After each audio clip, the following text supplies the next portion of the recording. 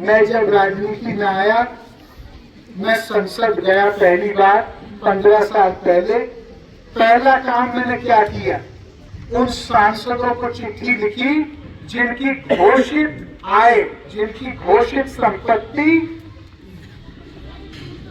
20 करोड़ से ज्यादा थी, और मैंने उनसे कहा कि भाई, मैंने अपने सब सुविधा छोड़ दी, मैं न तनख्वाह ले रहा हूं, न सरकारी घर ले रहा हूं, न कुछ कर रहा हूं, मैं अपने घर में रहता हूं। आप लोग एक काम करो, आप तो सब बड़े बड़े लोग हो, आप स्वतः ये सब त्याग दो। मैं एक ऐसे हिंदुस्तान के लिए काम करना चाहता हूं जिसमें सब लोगों को बराबर का अधिकार मिले। मैं नहीं कह रहा हूं कि उद्योग बंद कर दो, उद्योगपतियों को नुकसान पहुंचाओ, नहीं।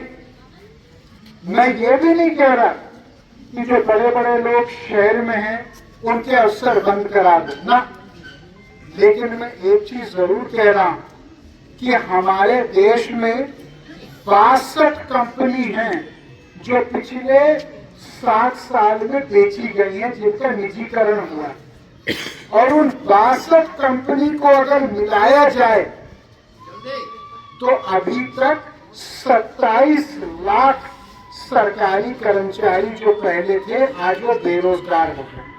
27 लाख का मतलब है 1 करोड़ से ज्यादा, क्योंकि हर परिवार में 5-7 आदमी तो होते हैं, और 27 लाख कर्मचारी बेघर हो गए, बेरोजगार हो गए।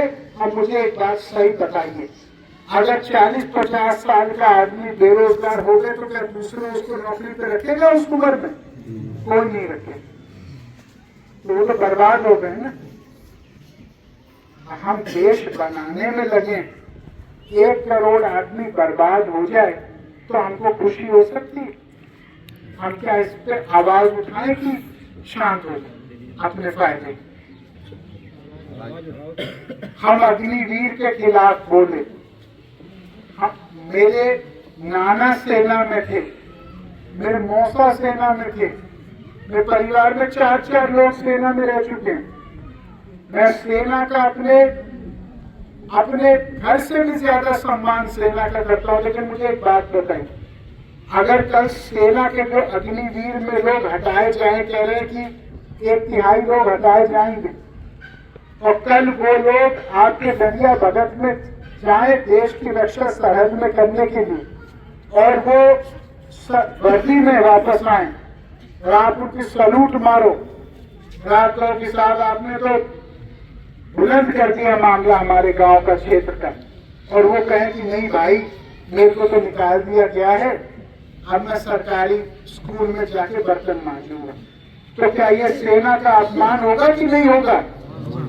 क्या इसका मनोबल सेना पे असर पड़ेगा कि नहीं पड़ेगा? क्या ये देश के मनोबल पे असर पड़ेगा कि नहीं पड़ेगा? मैं कोई मुद्दा ऐसा नहीं उठाता जिसमें मैं खामखा किसी का विरोध करूं। मैं कभी कोई मुद्दा नहीं उठाता जिसमें मैं व्यक्तिगत किसी के ऊपर हमला करूं। आज तक मैंने व्यक्तिगत किसी की बुराई की कभी नहीं। लेकिन जहां देश का हित हो, जहां राष्ट्र का मामला हो, वहां नेता नहीं, एक नागरिक के रूप में मैं सोच के बात करता हूं। और मैं इसलिए बात करता हूं क्योंकि बाकी जितने लोग हैं वो बेचारे डर के मारे चुप रहते हैं, वो सोचते हैं हमारा थोड़ा बहुत फायदा निकल जाए, हम ऊपर अपना चमचागिरी कर लें, चाटुकारिता कर लें, जाके कोई बड़े नेता के हाँ में हाँ मिला दे। मैं किसी बड़े नेता के खिलाफ नहीं हूं, मैं किसी को दुश्मन नहीं मानता देश में। मैं अपने सारे लोगों का सम्मान करता हूं। मैं सारे दल में कुछ कुछ अच्छाइयां देखता हूं, कुछ कुछ कमियां भी देखता हूं, कुछ कुछ कमियां मैं अपने अंदर भी देखता हूं।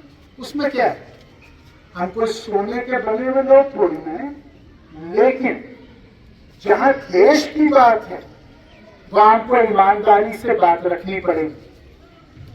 8 बार पीलीभीत में हम लोग जीते लगातार।